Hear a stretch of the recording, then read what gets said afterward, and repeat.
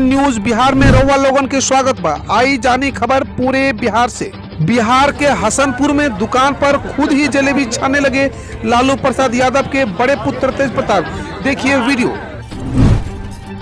पिता की हत्या, गोली मारकर फेंका शव, बिहार में मचा बवाल, लोगों ने जाम किया हाईवे। भोजपुर में राजद नेता का शव मिलने का मामला सामने आया है। आपको बता दें कि घटनास्थल पर 3 खोखा बरामद हुए हैं। इस युवा नेता की गोली मारकर हत्या कर दी गई। साथ ही साक्ष्य को मिटाने के उद्देश्य से शव को आहार किनारे फेंक दिया गया। गुरुवार की सुबह शव बरामद होते ही सनसनी फैल गई।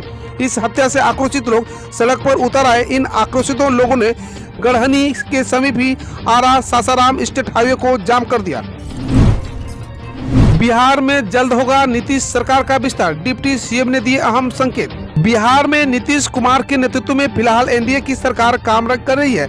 पिछले दिनों कैबिनेट विस्तार के मामले पर सीएम ने कहा था कि बीजेपी से कोई प्रस्ताव नहीं मिला है।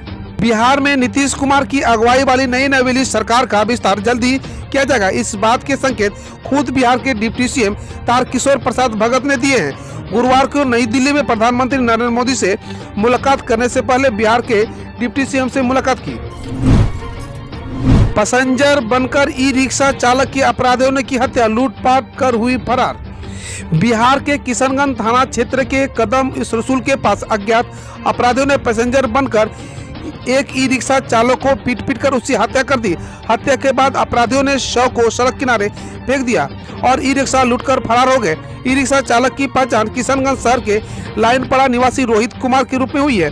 वही अनुमंडल पुलिस पदाधिकारी मौके पर पहुंचकर शव को कब्जे में लेकर पुलिस की पड़ताल में जुट गई है। पूर्व सीआरपीएफ जवान हत्याकांड में एफएसएल ने जुटाए साक्ष्य, किया यह बड़ा दावा। जानिए क्या है वो दावा। जहानाबाद के कोरोना ओपी क्षेत्र के लोधीपुर गांव के निकट अपराधियों की गोली के शिकार बने पूर्व सीआरपीएफ जवान सह कैंटीन संचालक जितेंद्र कुमार की हत्या की जांच करने के लिए एफएसएल टीम जहानाबाद पहुंची और कैंटीन का बारीकी से जांच कर साक्ष्य जमा किया। इसे मृतक जितेंद्र कुमार संचालित कर रहा था। बिहार में स्कूल जाने से पहले पढ़ ले ये जरूरी गाइडलाइंस। कोरोना काल और लॉकडाउन के दौरान बंद शिक्षण संस्थानों को बिहार सरकार अब चरणबद्ध खोलने की तैयारी में है। अगले साल 4 जनवरी से राज्य में 9वीं से 12वीं तक के सभी सरकारी और निजी स्कूलों और विश्वविद्यालय, कॉलेज, मेडिकल और इंजीनियरिंग कॉलेज के अंतिम वर्ष के छात्रों के लिए पढ़ाई शुरू करने की पहल की गई है। इसके लिए सरकार ने गुरुवार को शैक्षणिक संस्थान के लिए कई निर्देश जारी किए हैं। बिहार का सबसे बड़ा वैक्सीन सेंटर तैयार, 35 लाख डोज रखने का है इंतजाम। बिहार चुनाव में भारतीय जनता पार्टी ने सरकार बनाने पर सबसे पहले वैक्सीन उपलब्ध कराने का दावा किया था। सरकार बनने के बाद इस दिशा में तैयारियां भी तेज हो गई है। कोरोना वैक्सीन के रखरखाव और वितरण को लेकर नीतीश कुमार की सरकार युद्ध स्तर पर तैयारियों में जुटी है। राजधानी पटना के नालंदा मेडिकल कॉलेज और अस्पताल परिसर स्थित स्टेट वैक्सीन स्टोर को अब कोरोना वैक्सीन के रखरखाव के लिए पूरी तरीके से तैयार कर लिया गया है। सॉफ्टवेयर हो गया है तैयार। बिहार के नियोजित शिक्षक जल्द ही कर सकेंगे ट्रांसफर के लिए आवेदन। बिहार के 3.5 लाख नियोजित शिक्षकों को बिहार सरकार न्यू ईयर गिफ्ट देने जा रही है। बहुत जल्द वो दूसरे जिले में तबादला ले सकते हैं। इसके लिए सॉफ्टवेयर बनकर तैयार हो गया है। बता दें कि पुरुष नियोजित शिक्षकों के लिए समांजन पॉलिसी बनाई जा रही है। इसके तहत उनका म्यूचुअल तबादला हो सकेगा, जबकि करीब 1.5 लाख से अधिक महिला एवं दिव्यांग शिक्षकों को अंतर जिला एवं अंतर नियोजन इकाई तबादला संबंधी आदेश अगले साल ही शुरुआत में मिलने जा रही है। ओबीसी और आर्थिक रूप से पिछड़े छात्रों के लिए है छात्रवृत्ति स्कीम, करे आवेदन। बिहार सरकार समाज कल्याण के लिए बहुत सी योजनाएं चला रही है। कई बार 10वीं कक्षा के बाद आर्थिक परेशानियों की वजह से बच्चों की पढ़ाई छूटने की नौबत आ जाती है। बिहार में ऐसे बच्चों की संख्या अधिक है। सरकार समय समय पर ऐसे बच्चों के लिए कई स्कीम लेकर आती रहती है। सरकार चाहती है कि उनके राज्य में हर बच्चों को शिक्षा मिले, लेकिन कई बार सरकारी योजनाओं का वादा प्रचार प्रसार नहीं होने की वजह से लोग इन योजनाओं को लाभ नहीं ले पाते हैं। बिहार में पिछड़ा वर्ग और आर्थिक रूप से पिछड़े वर्ग के लिए पोस्ट मैट्रिक छात्रवृत्ति दी जा रही है। दूसरे दिन भी जारी है जूनियर डॉक्टरों की हड़ताल।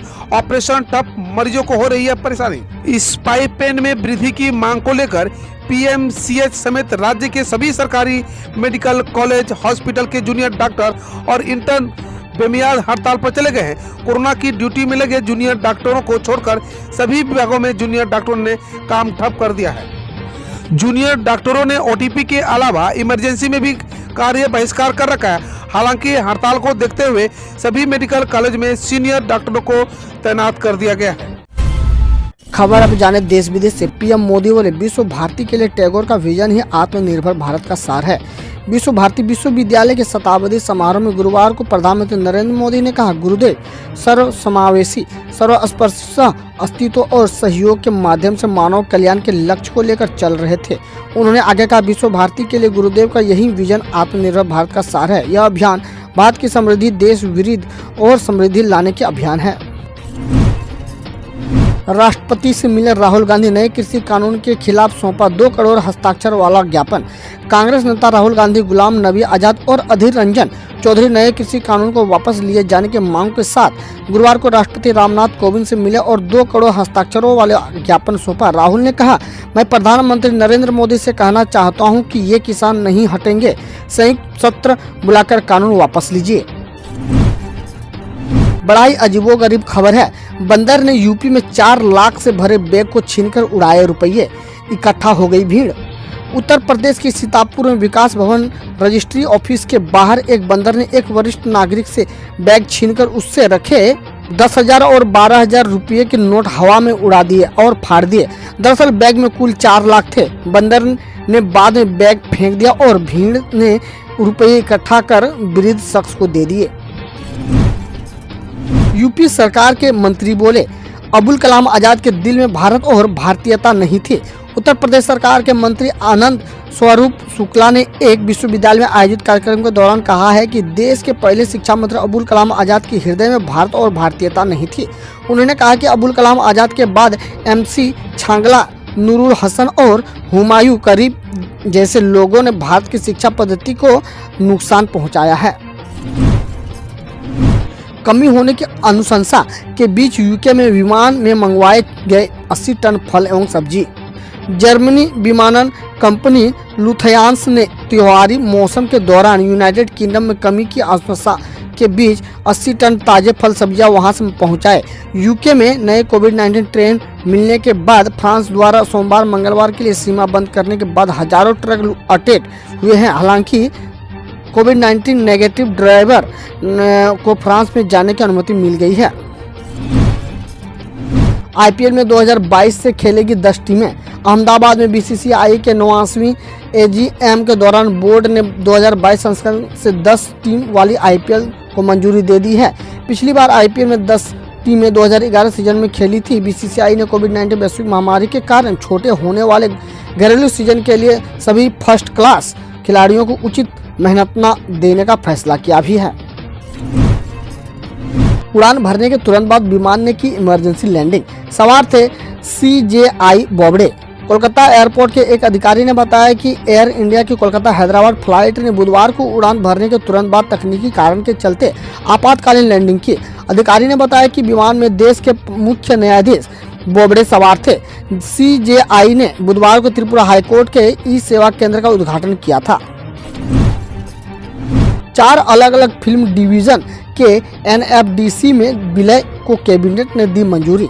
प्रधानमंत्री नरेंद्र मोदी की अगुवाई में बुधवार को कैबिनेट की बैठक हुई। बैठक में film division, director of film festival, national film archive of India और चिल्ड्रंस फिल्म सोसाइटी ने नेशनल फिल्म डॉक्यूमेंट कॉरपोरेशन में विलय को मंजूरी दे दी है। केंद्रीय मंत्री प्रकाश जावड़ेकर ने कहा, इसमें इंडस्ट्री को दक्षता के साथ आगे बढ़ने में मदद मिलेगी। ईरान के राष्ट्रपति बोले, ट्रंप की किस्मत सद्दाम हुसैन से कुछ खास अच्छी नहीं होगी।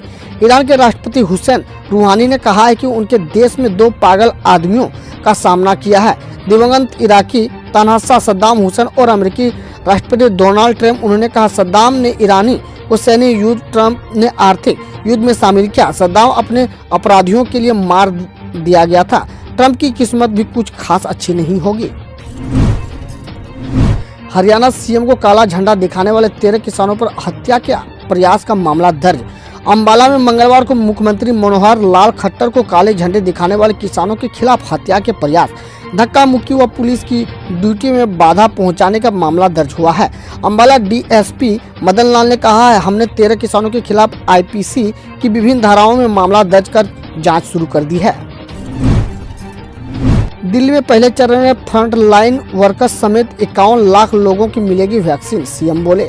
दिल्ली के मुख्यमंत्री अरविंद केजरीवाल ने कोविड-19 टीकाकरण की तैयारी के निरीक्षण के लिए हुई बैठक के बाद कहा कि दिल्ली सरकार टीकाकरण के लिए तैयार है। उन्होंने बताया, स्वास्थ्य कर्मियों एवं फ्रंटलाइन वर्कर्स समेत 15 लाख लोगों को पहले चरण में वैक्सीन दी जाएगी। बकौल केजरीवाल, ऐसे लोगों की पहचान की प्रक्रिया लगभग पूरी हो चुकी है। हम रोज ऐसे ही न्यूज लाते रहेंगे, तो यदि आपने अभी तक क्लीन न्यूज को सब्सक्राइब नहीं किया है तो पहले फटाफट सब्सक्राइब कर लें, साथ ही बेल आइकन को दबा दें ताकि कोई अपडेट मिस ना हो।